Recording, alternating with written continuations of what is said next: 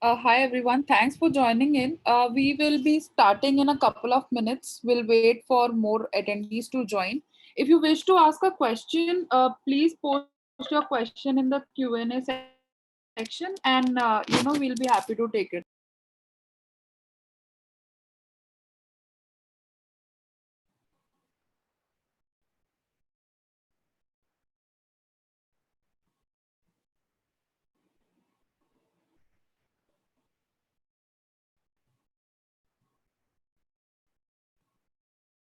Good evening, everyone. It's already 5, so I think we'll get started. Welcome to this webinar on legal entrepreneurship. I hope all of you are doing good, you are staying safe. Today, we are very lucky to have with us Mr. Sachin Malhan. Most of you would be law graduates and law students from maybe you did your coaching from Career Launcher LST. We have the man behind Career Launcher LST and LST as it was called then. Uh, Sachin sir is an inspiration to a lot of legal entrepreneurs in India. He currently runs Agami, which is fueling and encouraging legal entrepreneurship and change making across the country. He has also been the founder of Rainmaker, which is now Vahura and mylaw.net. He was also the executive director of Ashoka Changemakers, which is a widely respected organization around social entrepreneurship. We are privileged and lucky to have him here today. Sachin sir, welcome to the webinar. Uh, and yeah, I think we can get started around the themes. Thank you, Tanuj. Um, yeah, and this is a long association with Tanuj as a friend, as a you know someone as a collaborator. So it's really great to be here, and thank you all so much for being present, for wanting to kind of share in these experiences that I'm about to share with you. Yeah, I have a presentation, so I will sort of walk through that because when you're sharing so much experience uh, over a period of time, then for certain you need something to hold it together. So I will be sharing a presentation. So let me put that up on screen. Before that, generally, I want to check with Tanuj, Onisha. Are you hearing me clearly? Yes, so we have a few participants who are saying that Yes, audio is maybe a bit too low. If maybe you could try moving closer to the laptop. Yeah, maybe I can do that. Yeah. Okay. How's that? Is that better? That's really the same. But so let's go on and Yeah. So let I me request the let me participants if they face any issues in terms of the volume, yeah. they can let us know via the chat box, please. Let's try the headphones. Is that better? This is much better, sir. Yes. Okay, fine. So there you go. Problem solved. Apple to the rescue. Okay, great. So yeah, so just folks, I have a presentation which I will share with all of you, and the idea is just to structure some of my thoughts. So please permit me to share screen. Here we go. I'm going to do a little full screen to make sure that it's all well. Okay, quick check. Tanuj, can you see my full screen? Okay, one sec. It's paused for now. Yeah. Yeah, I will share that again. One second, guys.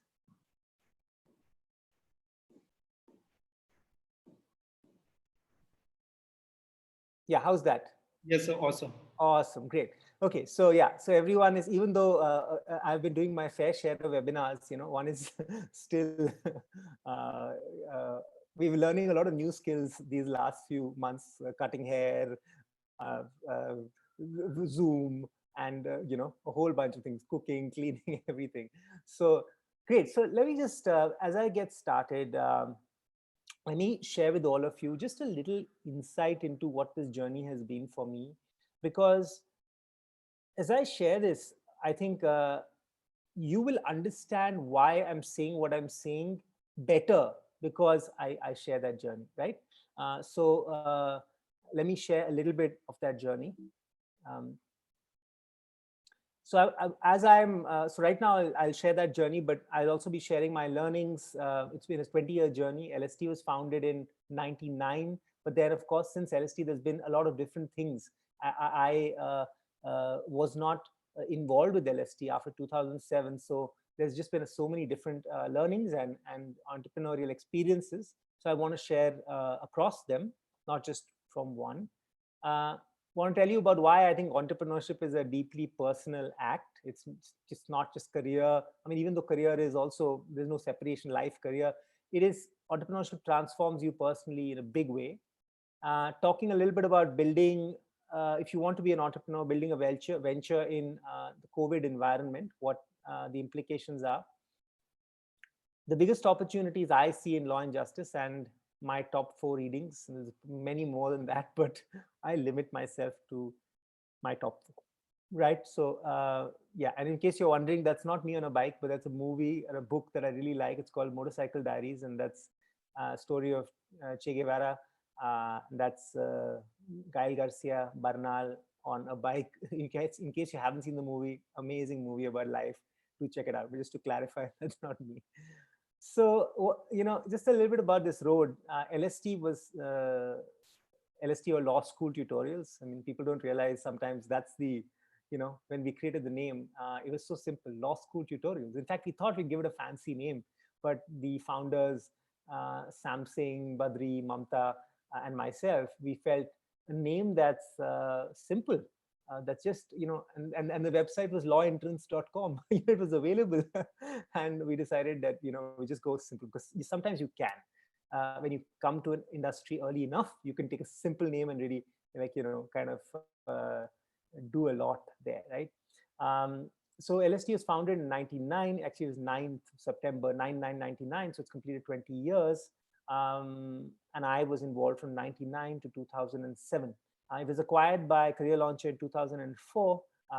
And since then, of course, I stayed from 2004 2007, combining and making sure that LST could tap all the strength of Career Launcher. And then from 2007, of course, I moved on. I started Rainmaker, again, co-founded with some wonderful people. 2006 to 2008, I was involved. I feel I left too early. I felt I wanted to do something different, but in retrospect, I know every venture deserves more attention because it's like a child. And but I started it, and it's you'll notice that the colors are different, right? Like some of those dots have green and some have pink and some are black. In case you're wondering why that is the case, it's because I've almost tagged it, like LST, you can say, was in some ways a success. What it set out to do, it did. Of course, it could learn a lot and it improved a lot, but it succeeded. Rainmaker was part success, part not so successful, part failure. And in the sense, it's still evolving, but not every part of it has acquired the same stability and impact that other parts have. So it was more mixed, but still significant. And of course, parts of it that went on to become much bigger than, like for instance, Bahura was a part, there was a recruitment part of Rainmaker, but then finally what Bahura has become is full credit to, it's my Rainmaker co-founder, who then went on to reimagine Bahura and make it make it incredible. So some of these, so it's mixed success and failure. Inclusive Planet was a venture that I was focused on access to content for the visually impaired. Again, a departure from the law, because by that time, I had really stopped seeing myself as a law entrepreneur. I started seeing myself, I said, where are the creative opportunities? What can I do? And I stopped seeing myself as limited to entrepreneuring just in the law. And I started Inclusive Planet, and I don't want to tell you too much because each of these can be an entire conversation, but the idea was to create a way online where visually impaired people, particularly the blind, could actually share content, which is an audio format. And there was a huge shortage of this content, and we wanted to very creatively enable them to share it, almost like imagine it as kind of YouTube, or for those who remember from way back, like Napster, like sharing of your libraries of audio content. And we also wanted to change the law. which didn't have at that time a fair use exception for blind people sharing content with each other. I'm taking the liberty of talking slightly legal language because I'm trusting you are law students. But if you're not, there's a copyright law and it restricts and governs how you use content, especially content that is copyrighted and owned by others.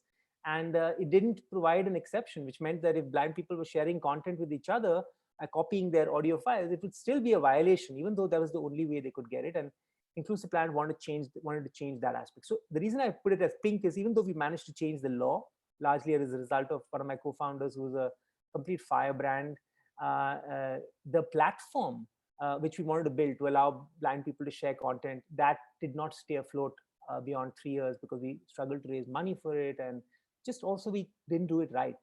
So that's why I said it's shut down. That was a failure. And then moved on to, I was in the US and I joined an organization there. I really wanted to break from hardcore entrepreneurship, building, raising your own money, all of that. I wanted to break, but I still wanted to work in a company of really creative entrepreneurial people. And I joined this organization called Ashoka. In case you're not familiar, it's not Ashoka University, but it's one of the world's most respected investors and networks for social entrepreneurs. And I led their Changemakers program, which is an international program based in Washington, D.C. So I was there from 2012 to 2018 and really moved back because wanted to be back in India, wanted to be working on issues that were important to India, love this land and care for it. And in my life, I see it as my mission to do my best and be a part of a positive story for India. So, moved back in 2018, managed to convince family that let's come back, and started Agami. And again, that is an entire story by itself. What is Agami? But Agami's mission is very simple. It is to accelerate the amount of innovation and entrepreneurship in the systems of law and justice. Encourage more people to innovate, improve the quality of people who are entrepreneuring and innovating, just slowly from the inside and the outside, by bringing in people who aren't from inside the industry, transform law and justice into something dynamic and something that works for people.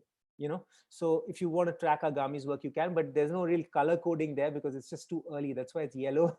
Can't say success or failure. We're doing our best to make an impact, but can't say success or failure. Right. So this is the long and winding road. That is, that's why it's a long and winding road. It's been a while, and it's been many different experiences. Yeah. And I can see that there's all kinds of questions and all, but I will pick up some of these questions at different points in time, and I promise you, I'll try to answer as many of these questions as I can. Okay. So just moving on. Yeah, some memories. On the top left, you see LST seminar from 2004, and this was at a center in Delhi where we were doing a seminar. And I don't, like, a small data point that is kind of crazy is between 2002 to 2005, I did maybe over 150 public talks in over 40 cities in the country. People didn't know about the law schools. The law schools definitely were not masters of advertising themselves. So we had to go out there and say, what is the law profession? We had to talk about those careers. And it was an amazing experience because you get all that questions about what's going to happen to my child. Parents, of course, are asking. Young people are asking, is this a good career for me? Do I have a safe profession? But also asking, will I be happy? Will I feel that I'm finding purpose in my life? Like a lot of really diverse variety of questions. Of course, the majority questions being around what salary will I earn from after I finish college and stuff, which of course is the great bane and understandable bane of of career selection in India. But that was that. The picture to the right of that is Inclusive Planet, worked with an amazing team. Again, like I said, part success and mostly failed to achieve its mission, but tremendous learning. On the left bottom is experience in DC, leading the Changemakers team, 31 people from different corners of the world and different cultures, and just an amazing experience doing fun work, and learned a lot, learned a lot, And then Agami, which is that now it's not that many people. There's a lot of volunteers and collaborators there, but amazing group of people that every day do great stuff to increase innovation and entrepreneurship in law and justice. So what are these lessons, right? Like, what are the big lessons that I've learned through this journey of success and failure, disappointment and delight? What are these lessons? And I just want to, I really thought, like, what are they? Because I know you hear a lot about, how do you start a startup and stuff, but I wanted to see at its core, get past the process. One thing is the process, but the other thing is, there's got to be something more than that. There's got to be a certain wisdom that one has acquired that maybe one can dispense. And I wanted to kind of share that, So let me just kind of look at, what that looks like. So sorry about that. Yeah. Trying to get rid of these questions that sometimes pop up and then you don't know how to get rid of them. Okay, 1 minute. Let me, wonderful Zoom is sometimes not as friendly as you would think, but let's just keep moving. So what are these lessons that, I have learned that, I want to share with you? So I don't know. You're not, Tanuj, you're not seeing the questions pop up in front, are you? I'm seeing the 5 lessons slides, sir. 5 lessons slide. Awesome. Because only I am seeing them, and hopefully they will go at some point. But let me dive into these lessons. And lesson number 1, nobody knows. Now, what does this mean? What do I mean by no one really knows? What I mean is that when you start something, you want certainty. You want people telling you that is this thing which I want to try going to work? Has someone tried it?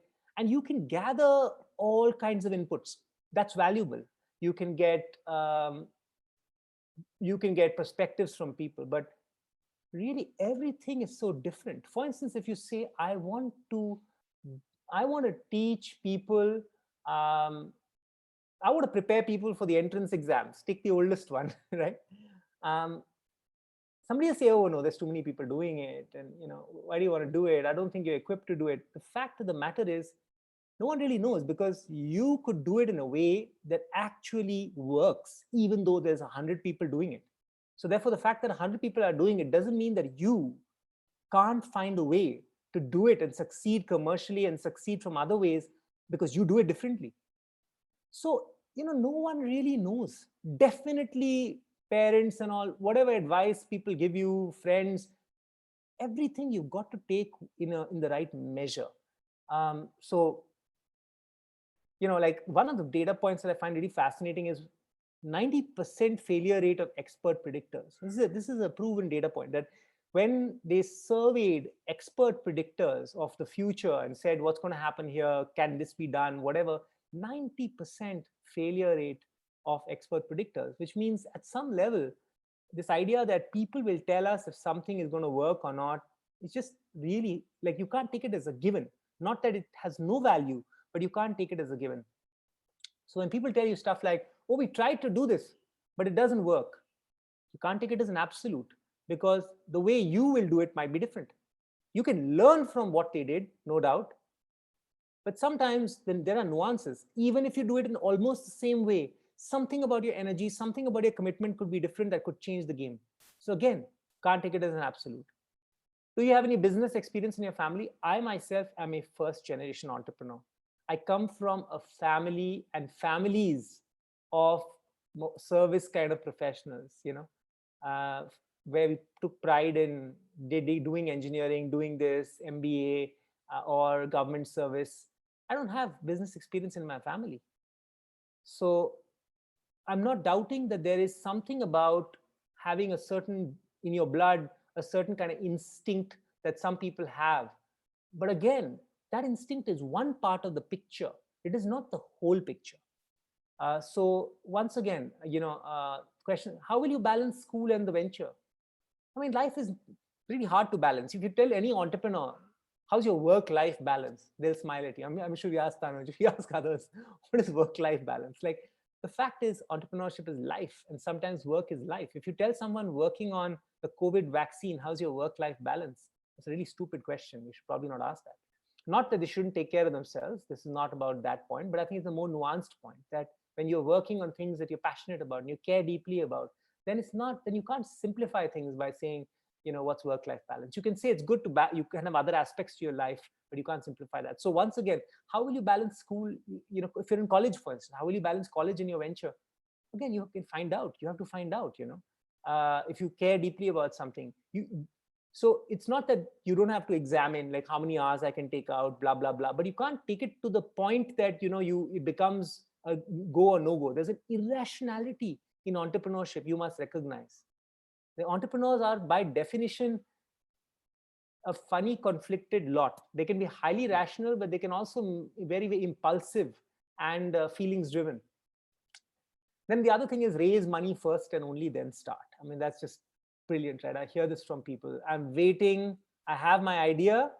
I'm waiting for, money. I mean, what does that mean? Really, you waiting for something to get, you got to get started on your own. You've got to get started on your own. You cannot be waiting if you care to do something, because it's almost like good things happen to you when you send a signal to the universe that I'm serious about this. I'm committed to this. It's almost like you start, the doors start opening for you when you start opening some doors for yourself, The second lesson, so that was the first lesson, nobody really knows. Sounds very heretical, my second lesson. Second lesson is, and important because nobody really knows, your first sincere effort is your greatest teacher. I know this is not the easiest to understand. What do I mean by your first sincere effort is your greatest teacher? What I mean is, and let me illustrate this by example. So this is a picture. This is a moment. It's 2005 or 4, and I'm in a small center in Calcutta, and I'm doing a session. And you can't see the screen very clearly, but it says the new NLSs. And essentially, it's a screen that I'm talking about NALSAR, NUJS, HNL, the new national law schools. And I'm trying to explain why this is going to create a revolution in professionalizing law school and why it is a good thing, And it's super hot. And I have, this is my, you can see me sweating in that. And I have done maybe like 20 seminars in that month. And out there in the field is where the learning is. What do I mean by that? What I mean by that is that when you get started with something, this goes back to that wonderful thing, just do it. When you get started, even if you don't know, just the act of doing starts opening up understanding for you that is your best teacher. And this translates in two ways. One is you'll find very often, the founder of LinkedIn, Reid Hoffman, says this all the time. Your first version should be your worst version. I mean, he says, put your product, put whatever you're doing. If you want to do legal literacy in rural India, go do it. And you'll learn from that first cycle more than you ever thought you could learn from an academic process or whatever. Go do it. And if you are putting out a product, you're creating a great solution so that people can understand, can apply for trademarks, or you're even doing something non-legal. You created a phenomenal restaurant. You want to create a restaurant for colleges. I remember, Aruj, I think it was, who created Bhukkar. And, just put it out there, create your first version, let people laugh at you. But the learning you get from that first version is your greatest teacher. You'll always look back and say, I was taught entrepreneurship. I was taught things by this first teacher. Who was the teacher? The first teacher was the imperfect me when I went out there and I did it.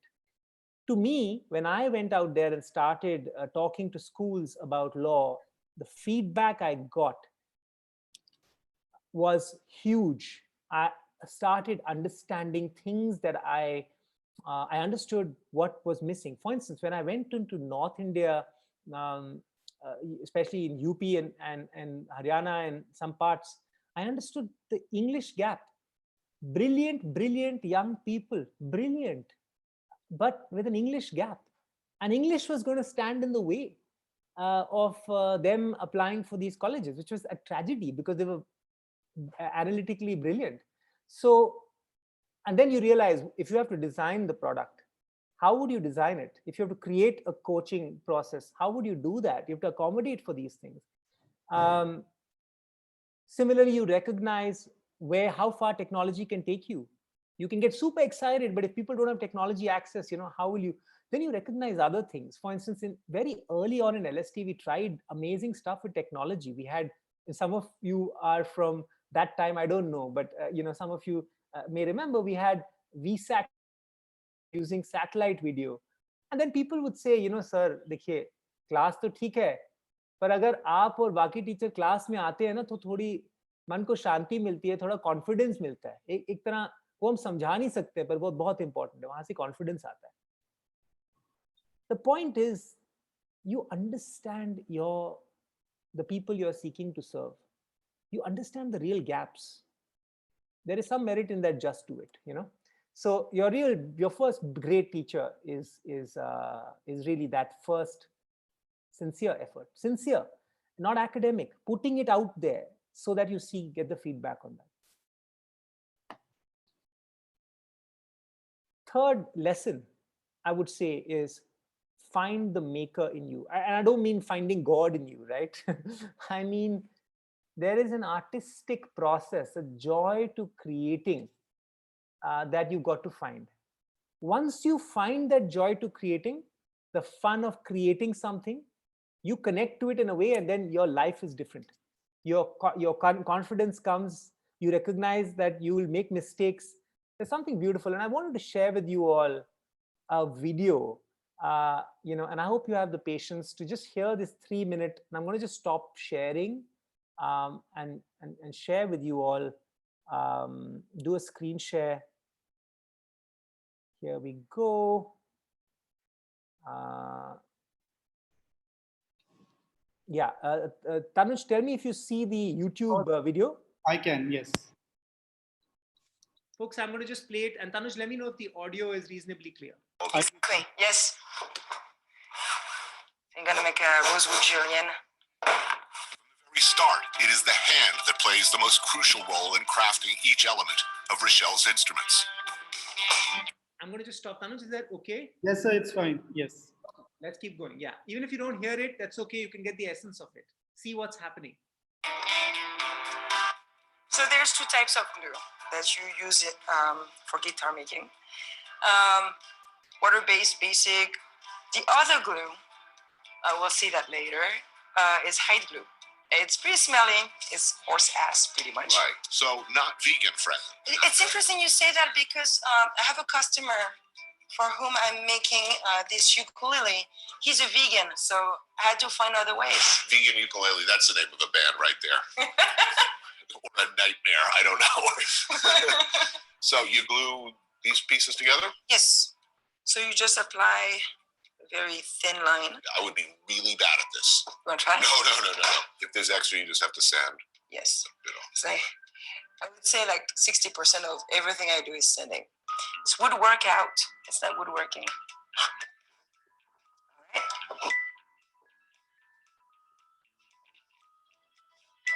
Under, above. It's like trussing a chicken. And this is where all the tension comes in. I get it. All right, so this is going to be for hours. Underneath. We're not going to wait for that long. This is the magic. That was fast. Magic of TV. Security by always having a little bit more than you need. We're going to go to the pencil.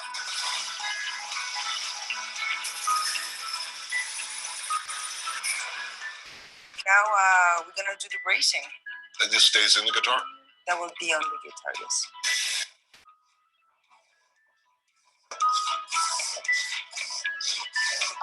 Right, we're just to glue up. perpendicular. Now it's gonna be fun. You put everything under pressure, literally. Once the bracing is secure, Rochelle can move on to her favorite part, envisioning, building, and literally shaping the guitar's sound through its complex internal structure. This is where the magic happens. These. And that's the most fun part for me. A lot of people think it's actually this stage. Yeah, that's where like all the brain powers goes into. Mm-hmm. So you hold it by the shoulders and okay, it's deep enough. I have over 2 seconds. I like to get to 3 seconds of resonance. So for that, I'm going to remove weight because maybe this constrained the board too much, but I don't want to lose strength. So shaping them in the way that it will be thinner but still strong is very important. So really bracing and structure are not what you're doing here. It's acoustic sound design, really. Yeah, it's your EQ, pretty much. I'm shaping the sound. Right. So let me just put back I'll explain to you why I was sharing that. So, the point that I'm making is that, Tanush, can you hear me clearly at this point? So if you could put your headphone on. Great. Awesome. Thank you. This is where it helps to have a good moderator. Great. So, so the point I was making was this creative process, this joy of the details. This is ultimately where you discover a really powerful part of yourself, the creative part of yourself, the maker. And it's not, a lot of people from the outside, they misunderstand. They don't really understand the heart and mind of an entrepreneur. And it's okay. There are many different kinds of entrepreneurs, different hearts, different minds. But at least my own experience has been that this joy of the maker part is super important. And I'll give you a small example of something. Many people, when looking at, say, LST, law school tutorials, my first venture, they see the black side, right? Like so many cities, so many students, how wonderful, so much time it's been around for, commercial super hit, how you use technology so creatively, sense of community. At least from those times, they used to value that. For me, the joy was the course. What is that course? And this was right up till 2007. So I cannot speak for it thereafter. But even small things like the size of the paper. My collaborators will remember great conversations on size of paper so that people could take those books into law school. So if they wrote on them at the back, the pencil wouldn't create a mark. Those books could be used. The students, where are the students coming from? What is their experience? A girl in Gorakhpur is not in the same place as a young boy in Vizag, is not the same as a young girl in Shillong. Who is this person? Where are they coming from? What is happening? What do they need? Very often what they need is not a course. They need guides, they need mentors. The brand, what does it stand for? Is it a product? Is it something more? Is it a feeling? The long-term community and the sense of mission. The sense of mission. And I want to share with you just a small thing that to me is an illustration of that. So just recently on LinkedIn, a former student, or at least someone who came into contact with LST, posted something. She said, rummaging through my bookshelf this week, I came across an old copy of Animal Farm, which caused a bolt of nostalgia. Can't believe it's nearly 16 years to the day I received the book from Sachin Malhan at the summer batch of law school tutorials in 2004 for answering a question on fundamental rights correctly that no one else in the class did. That was half my lifetime ago, and what a journey it's been since then. And quite possibly, if you ask me the same question, I will answer wrong. And then she shared a picture of that. And to me, this was the real work. The real work was the love, the small touches that created the experience, the feeling of inclusivity, which comes from wanting to embrace the maker in you and recognize what entrepreneurship is really about. You may not immediately see it, but as you start doing something, is when you find it. So you don't have to ask yourself silly questions like, am I a fit for this or not? You'll know when you get into it. And Sylvia Plath's quote is really suitable, right? Which is, the worst enemy to creativity is self-doubt. Because self-doubt is a part of life. It's always there, right? It's always a part of you. Happens to me even today. But when it stops you from trying something, that's when, because creativity is all about trying and trying again. In fact, the way I interpret this quote is to put yourself out there. How do you put yourself out there? I know this article, people are going to laugh at it. It's very silly. Put yourself out there. You'll never know. You won't build the confidence unless you put yourself out there. Let me quickly see if there are any questions related to this. Great. So I think some of these questions I can deal with subsequently. Let me continue. The lesson number 4 is develop a broad range. Colleagues will laugh because this has been like a pet topic of mine for a while now, but develop a broad range. And I'll explain what I mean by that. There's a really great book, actually. You should pick it up. It's one of my top 4 recommendations. It's called Range: Why Generalists Triumph in a Specialized World. It's by David Epstein, fantastic book. Talks about the idea that real innovation and progress comes when people are able to connect across things. When you have been in the technology space and or been in law, been in public, in say politics, or been in teaching, or you've been in different zones, or your interests are wide and varied, and then you connect the dots, you connect possibilities, you start to see patterns. That kind of generalism is really powerful. It's called range. If you have range, it is something that gives you a superpower when you're looking at doing work. You don't see things in binaries. You don't see them in boxes that, oh, I've only done, like, let me look at it, what's happening in this industry. Sometimes the most disruptive things happen from outside in. I'll give you a small example. A part of Agami's work is the biannual Agami Prize, which happens once in 2 years. An Agami Prize, the first year, which is 2018, it will come back again in 2020. All 4 winners were non-lawyers. And this is the Agami Prize for Law and Justice Innovation. They were all innovating from outside in. That's the powerful part. You can make connections and solve problems differently when your range is broad. And you can increase your range by trying different things, by increasing your learning about different things, by doing different things in life. And that means that if you stay like this, the idea that you're going to get deeper, deeper, and smarter, smarter, those days are maybe behind us, right? So you got to connect dots to create possibilities, and range gives you the power to connect dots and create possibilities. Lesson number 5, value people and relationships. This is huge. This is really absolutely huge. And the quote I like to go back to is, I'm not telling you it's going to be easy. I'm telling you it's going to be worth it. So when I look back at that journey, many times I continue to work with the same sets of people across different initiatives. And I created, and I have such deep and wonderful relationships.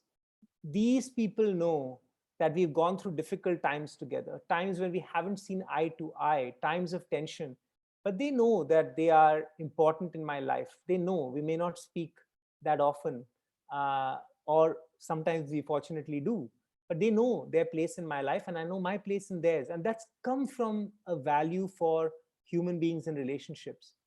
Never be dismissive about that. In many ways, that is the true expression of your entrepreneurship. It's not product, service, it's community. And I would really ask yourself, if you get feedback that you don't value people, take it seriously. Process that feedback. See where you need to go, because I feel that relationships, in fact, it's bigger thing than life, it's much more than entrepreneurship. It's about the life process. So that's my final lesson, which is, on relationships. And that really, let me just, before I come to entrepreneurship as a deeply personal act, let me sum up those 5 things, right? Nobody really knows Okay. Um, your first sincere effort is your greatest teacher. uh, Develop range, value relationships, and find the maker in you. So this is going to be available. You can take a look at it, but reflect on them. It's not about how the process of starting up. Those things are available, those things are known, but it's really about remembering these key values, and they will serve you in the long term. Which brings me to entrepreneurship is a deeply personal act. Before that, let me quickly look at your questions and see, is there something else? Yeah. Something maybe which you could address right now or maybe later towards your presentation. Someone asked, how do you choose the area where you want to start, and how do you put it into practice? It becomes a longish question, but if No, but it's a good one. It's a good one. Mhm. So the thing is that one way to look at it is that even the area where you want to start, you're going to get it wrong at some level. You remember what we said? Nobody really knows, not even you. And the first one is that your first sincere effort is your greatest teacher. So I would say that you can do a decentest job of it. You can say, you can look at those dimensions, what's good for me, like what do I enjoy, what's good for uh, business or good for impact, like what could be valuable in the world, um, what is where do I feel I can learn the most. So like these three kind of circles: what's good for me, what's good for the world, and where can I learn the most. Not the fourth circle probably is, what am I good at?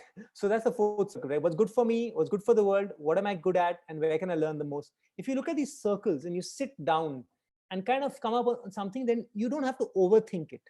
Like you can take it, you can say, this sounds good. Talk to maybe 4 or 5 people that you value. Remember, they don't really know, but get those inputs. Maybe talk to somebody who's done something similar. Again, just to get a sense of things, not too much, and start, because your first sincere effort is your greatest teacher. You may make a tremendous jump. Most people start something and go to something totally different and discover that's what they loved. Um, so I think that you shouldn't overthink that. But so you can get it wrong. It's okay, because you can change direction. So follow that process, identify something. Your first sincere effort is your greatest teacher, not just in terms of how to do something well, but also what you want to do. So that would be my answer, Tanuj. right. So just continuing, and let me see if there's something else that, yeah, someone says, does the NLS tag help you in your journey? Sure, the tag helps. Yeah, sure. It gives you some credibility. This is some reasonably smart person, right? Because our society is also conscious of these tags. But it cannot it cannot cover up for the work. It can't cover up for the people you work with. It can't cover those things. So it does help. There's no doubt. Also, it is a filter. It allows you to come into contact with great people. So it's great, right? My co-founders, so many of them are my colleagues, my classmates. But it will help you, but it will not supply you the basics of what it means to build something, which is those other sort of lessons. So yes, it has helped. The short answer is it has helped, but only to an extent. I think I'll discuss a quick one. Sushil says, so that last one was Akash Shukla. Akash, thank you. The Sushil says, most of your ventures and law and tech related. Law is understandable. What about tech? So that's the great one, right? Which is, our world is disaggregating. You can learn pretty much everything. Does that mean I know AI, ML? No, I don't. But I know enough to connect dots, range. Uh, my expertise as such is actually the breadth, and then those skills of building stuff and those kind of soft skills of entrepreneurship. That's my core skill set, and my range is broad. I've seen India, the world, different sectors, law, technology. I read, I'm interested in these areas. Just after this, at 7 o'clock is going to be unlocking the potential of legal data, where the chief product officer of Aadhaar, the head of the board of directors of Global Legal Hackers are all going to be on a webinar which I'm moderating. I'm out of my depth, right? I had to prepare for this whole of last week. But there's this courage that comes from knowing that it's okay if I get it wrong. I'll do my best. I'll read up. And of course, life experience that I can put together. So can I code? No. Maybe at some point I will want to, but do I need to code for what I'm doing? Not necessarily.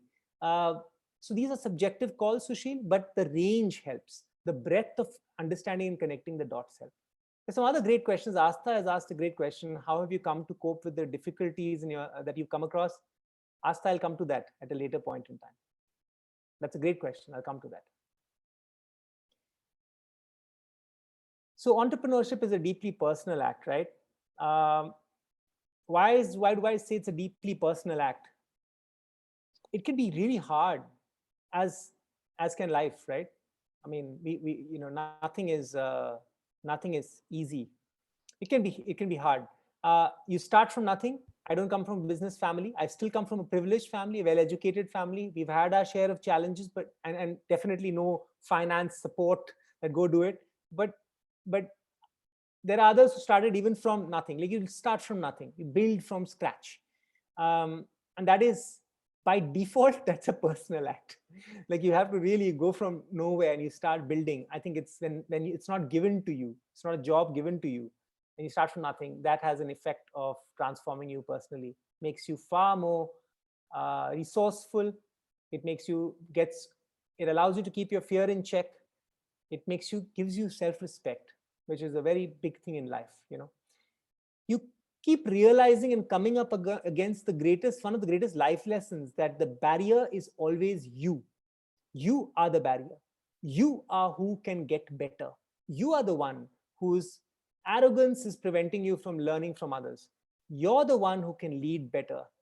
I mean, again, you keep blaming in the early days, oh, because of this, because of that. Ultimately, you realize it's all about you, and you can move that barrier. You can develop your personal capacities. You can start really listening and recognize how much do you really know, which is not a bad thing. It increases your desire to want to learn more. It makes you respect others. You realize that you have value for other entrepreneurs and other people who are doing stuff. You don't take that for granted. When you see someone you see Tanuj building Loctopus, you say, Tanuj, I see what you would have had to overcome in yourself, the concerns, the fears to get where you are. When you see a colleague who's a friend of mine who recently became a managing partner of a top law firm, I have respect. I know what that would have taken. Because of the barriers I faced in me, your respect for the barriers that other people have to overcome for whatever they do goes up. You just become a better person. I think at least you have the core skills to be a better person. Raw human engagement. You come into conflict with people because stakes are high. Sometimes it's survival, money, salaries that you can't pay, or situations where you have huge disagreements. You go down and you hopefully come back out. And those relationships that have gone through hell and back, those are like the friendships and associations I have from my entrepreneurial journey are something else. They have withstood the test of time. That raw human engagement makes you a better person. Hard choices, closing something. And I'll share a choice that I had, but hard choices. Authentic relationships, because again, you go through, you after a point, you start realizing that the relationship can't just be transactional. This becomes a deep relationship because you come across adversity in the relationships and you get better. And of course, you get knocked down. And Astha was asking, right, how do you get back up? You get back up. You get back up by yourself. You pull yourself back up, right?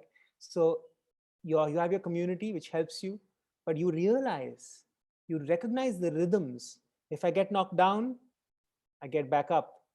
If I come across an adversity, it will pass. It will be hard. I will grieve. I will suffer. But I've seen that things go in cycles, and I will get an opportunity. You also learn to ask for help, which is a big thing. Do we really know how to ask for help? Do we actually reach out and ask for advice? Do we have the courage to? It takes much more courage to do that than give the advice. So I guess it's a school of hard knocks. And I'll share one example with you that is close to my heart. So my third venture, which is Inclusive Planet, I remember I said to you it was largely failed, even though there was one big thing that we managed to have an impact on the law at that time and made it possible for blind people to share content without legal implications. But we wanted to build this platform, and in 3 years we built a platform with close to 10,000 blind users, visually impaired users that were using it. Wonderful team. On the left side, the picture you see is all the logos of Inclusive Planet. A dear friend kind of made those Inclusive Planet logos. On the right side, we got a lot of press coverage. A lot of people wrote about what we were doing. A lot of international recognition for that.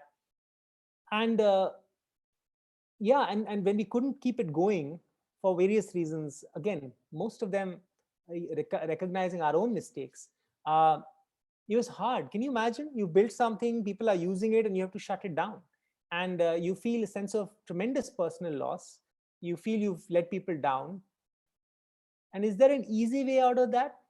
No, there's no easy way, because you also recognize the maker. The maker, when you create things, not everything is going to work. Most things are maybe not going to work, but it can be hard. It can be hard. And you can go through phases of exhaustion and burnout. But it's all a part of the creative journey. And I'd any day take that over a feeling of being purposeless or a feeling of not being in touch with my creative side. So this is an example of the fact that it's deeply personal. It's not an analytical thing. I went from here to there, this career, that career. It's a deeply personal thing. Let me see if somebody has any questions. Any that you want to flag, Tanuj? Yeah, so there are some questions around finances and business development. Yeah. Because I think as you are starting up, these concerns can overwhelm you. Yes. So this is the questions are by Manjunath and Tanvi Khanna. Got it. Yeah. So finances. Recently, I was asked by somebody. There was an entrepreneur. There was a I can't say an entrepreneur, startup founder who looked at me and said, I said, so how's that venture coming along? And they said, oh, we're waiting to raise some money. And I just found that really weird, which is the fact of the matter is today, everybody expects that you'll walk the first few steps on your own. You'll figure out resources and ways to walk the few steps on your own. Those steps, because people recognize how hard it is to build things, people expect to see the first few steps. So the point I'm trying to make to you is, start thinking, what can I do now? How can I build this? How can I be clever in resourcing this to get to some point? Because as you start to make those first moves, slowly but surely, again, doors will open.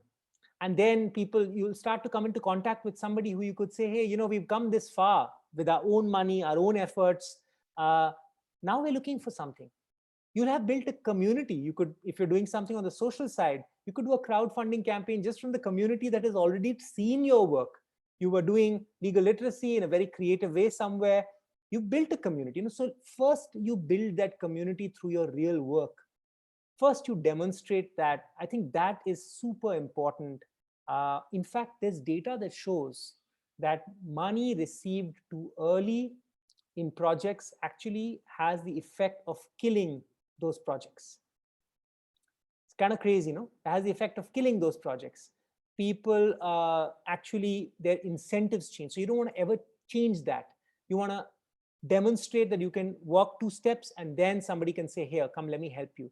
And that somebody, you won't be surprised, could be from that community that you have built. So that's my answer. I know it's not an easy answer, but that has been my life experience.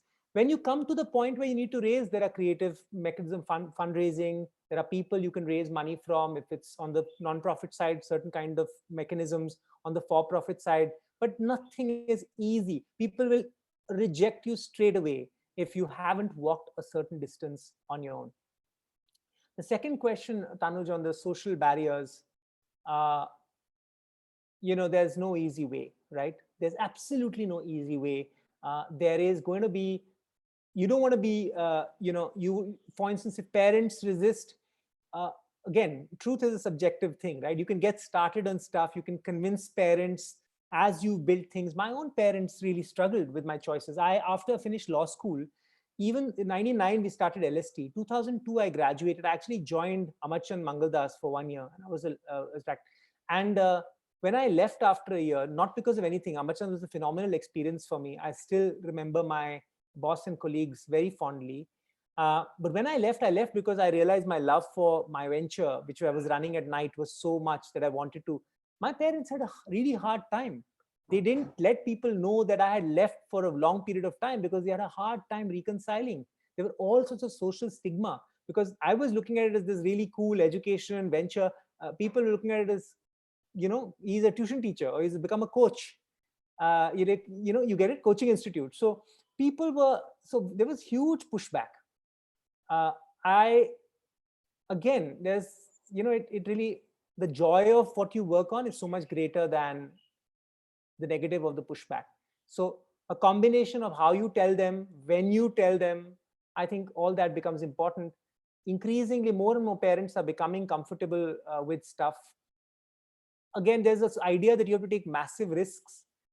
Again, it seems to me that seems to be a myth.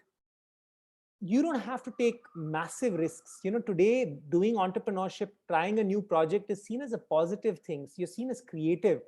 Organizations will take you back. People will value that. So really, of course, if you put huge amounts of money, there's a risk. And that's where you need to be careful when you put that money. So yeah, so thank you. And I'll keep picking up more and more questions. I'll move on beyond the why entrepreneurship is remember the last one I was talking about was as a deeply personal act. Let's talk a little bit about entrepreneurship in this post-COVID world. It's fascinating. It's really fascinating. Tanuj, you want to say something? Actually, we had another question, sir. Sure, but sure. No, go for it. Go for it. Okay. Yeah. So this was by an anonymous attendee. He's asking about how do you convince people to join in to your venture, and how do you build a team? Yeah. So behind every entrepreneur is a real passion for your idea, ability to tell that story, because you internalize the story. It becomes your story, and the moment it is your story, you one of the most key skills, the most powerful skills, is being able to tell that story. So when you tell the story, and when you know more and more about that story, that is what really starts to compel people and start to attract people towards it. That is the key, Tanuj. So I think that it begins with being able to tell the story convincingly with passion, why you're doing what you're doing, why you believe it's worth it. And I think the storytelling is what unlocks everything, even the teams, even the people who come into contact with. One other thing I've seen people succeed at drawing team members or co-founders to themselves is if they really frame the story in a very open way. Like, this is what I want to do and I'm doing it. Would you want to join me? Like, whoever wants to kind of participate in some way. A lot of people who come, you don't want them to be co-founders or employees. They may just be cheerleaders, but you may also discover other people who come and join you and want to play a big role. So I would say the key is the way you tell the story, how inclusive and open and exciting the story is. One thing is, I'll give you a small example of an entrepreneur. One thing is for someone in a small town in India to say, I'm doing a non-profit in this small town. And another is to say, I'm working with small tribal villages in and around a small town in Bhopal, Shivpuri, and I'm using a real example. And what we're trying to do is trying to help people feel that the legal issues they face are in their own power, that they can actually connect the dots and actually resolve the legal issues. They can actually tap into certain kind of information or their own communities and be able to resolve their legal issues. We show them how by first time we help them resolve the issues, and then they become powerful and they can do stuff on their own. That's a totally different story. That's a totally different story. And when Abhay Jain of Zenith tells that story, it has more conviction and attracts more people than saying, I'm doing a non-profit or an NGO that works with tribal villages. I mean, that's a pathetic story. You got to tell your story with passion. Talk about what the core is. Similarly, when someone says, oh, we do contract automation software, well, that's okay, that's something. But when someone says that in many ways, people are not able to form legal relationships, business is not able to happen in the most powerful way because people are dependent on complex contracts and going to a lawyer and we're making that really simple. At a touch of a finger, you can create your own relationship with somebody, and you get told if that's a fair contract or not a fair contract. You can do it. It's within your grasp. It changes the cost by this much. Story is different. Once you recognize that, I think that's when you start to unlock the power, Tanuj. Right. So yeah. So just any other questions at this stage? So I think we can move ahead with the presentation. Awesome, great. And I want to keep some time towards the end also for maybe 10 minutes. So quickly, I'll run through the last bits. Entrepreneurship in the post-COVID world, if we thought nobody knows anything, nobody knows nothing. So that rule is even bigger. Nobody knows nothing. So go out there. New spaces and opportunities have opened up. There are new opportunities today that were not there earlier. Those are great. As things are changing, new gaps are opening up. People are open to radical ideas. You go to someone, they may say it sounds crazy. Today they say, no, that, okay, tell me, what are you doing? And we've seen that. Talent is available in unexpected ways. Many people haven't taken their jobs after graduating. Many people are, no longer pursuing the ventures they were. Talented people. These are your co-founders. These are your teams. Build something. Operating within uncertainty is become the norm. It is uncertainty. So, I think that's, if you look at entrepreneurship in the post-COVID world, the fundamental rules are still the same, but these additional things are there. And I would say these are massive opportunities for people the world will be inherited by those who are comfortable with change, who see opportunities where others see threats. That is the reality of life, right? Any quick questions from folks? I'll come back so a little bit about, Agami. I don't want to spend too much time, but remember I said to you that what are the most promising opportunities in law and justice? And Agami works at accelerating those opportunities, encouraging more on innovation, supporting innovators and entrepreneurs in those new areas. Check out agami.in. But more importantly, I want to just show you some of the areas, right, that are powerful. Online dispute resolution. A friend jokingly says, it's only dispute resolution in the COVID age. You can't go in person. You can't go to the court. Online dispute, a huge opportunity. Affordable legal services. It can't just always be pro bono and legal aid and then regular. What about so many other classes of people who need services, who can pay a little bit for it? Who's going to create innovative models for affordable legal services? Contract management and automation, legal literacy, digital signing, services for the underrepresented. So many communities that don't get services. Doesn't have to be commercial, could be a non-profit, but again, opportunity for innovation. Access to entitlements, several thousand crores being allocated for communities. How do you make sure people can access that? They have that information. Digital courts, data-driven enterprise solutions. These are huge areas of innovation in law and justice that are available today. And many startups in this. If you look at agami.in, you'll see several startups that are working in these areas. Also, you can check out this report called Agamiscape that can give you an insight into all these innovations that are there. I'm sure Tanuj can also guide you in that. And some of the most exciting law entrepreneurs are super young.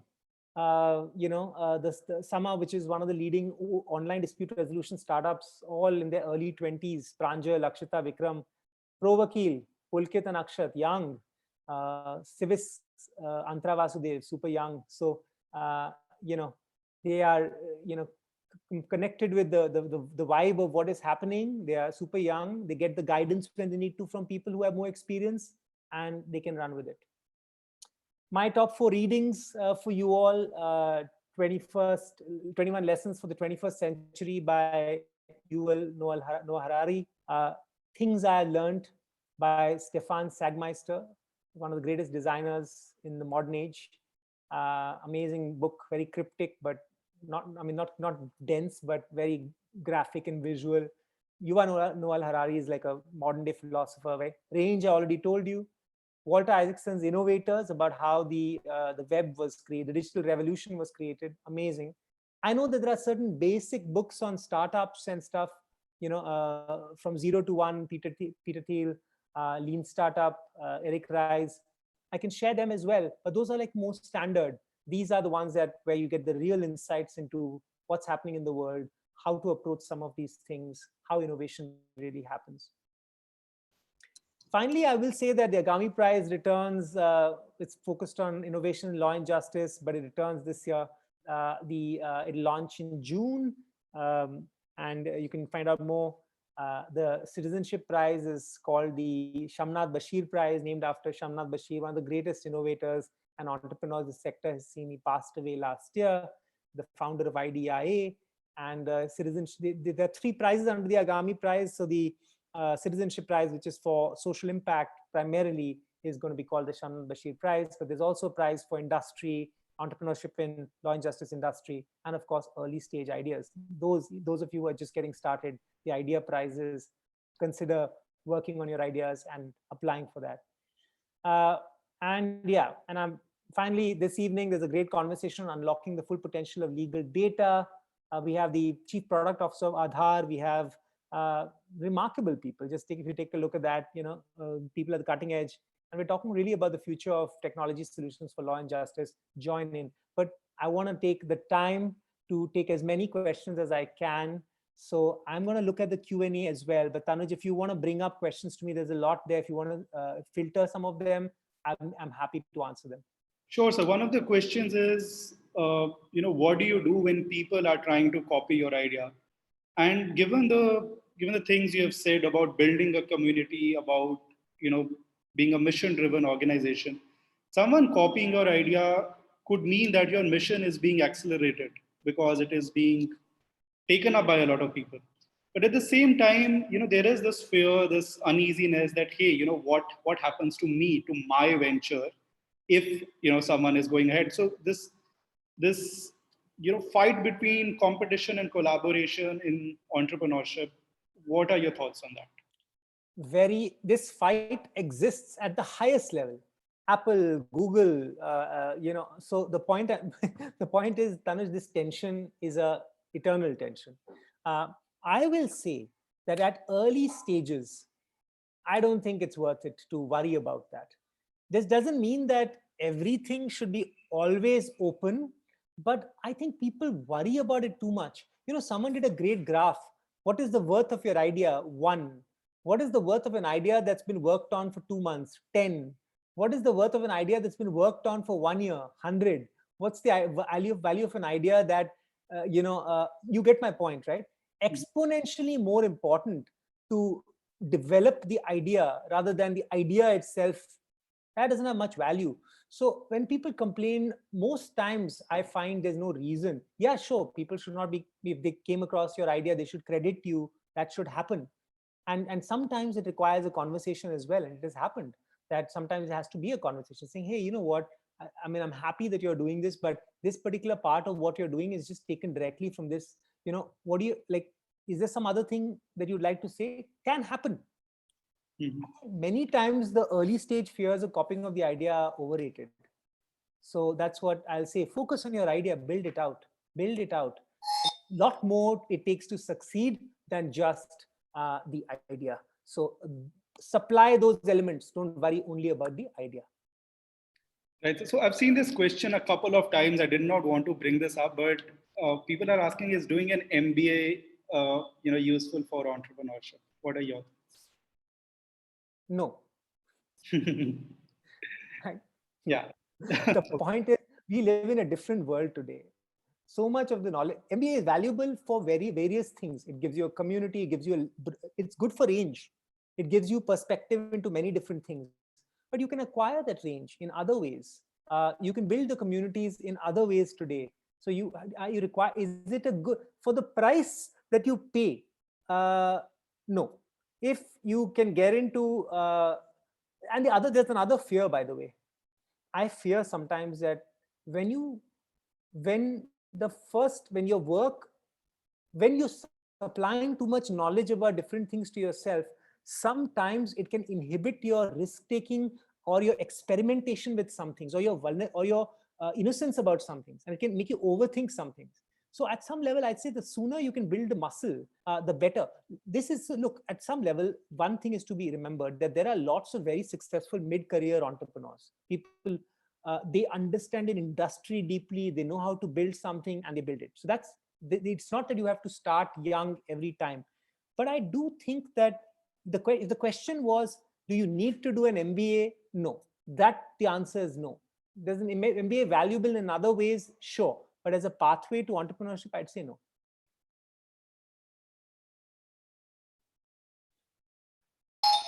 Sorry, you also discussed about, your personal failures, and you say that you have to pull yourself up. Can you say a bit more about dealing with failures, self-doubt? Yeah, absolutely. Absolutely. I will be. So, as I said, failure is a given. You're going to many different things. You're going to fail sometimes at a day level. Sometimes you'll fail at a big venture level. Like day means you had a failure doing something in a day, or an entire venture. You will go through downs and ups. Developing the inner capacity, that's why I said it's a personal experience, becomes really important. Because I said it's a deeply personal journey, there's no escaping developing inner capacity. For me, having a strong inclination towards developing my inner capacity, which is your deep, your, whether you can call it spiritual capacity or whatever.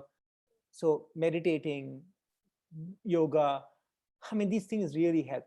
Because what happens is, over a period of time, if you become so identified with your world of entrepreneurship, success and failure and up and down, you become very vulnerable. If you have a deeper sort of inner strength, then what happens is, if the bad stuff really hits the fan, you are still going to be down. You're still going to feel bad, but your ability to pull yourself out of it, I think, will go up.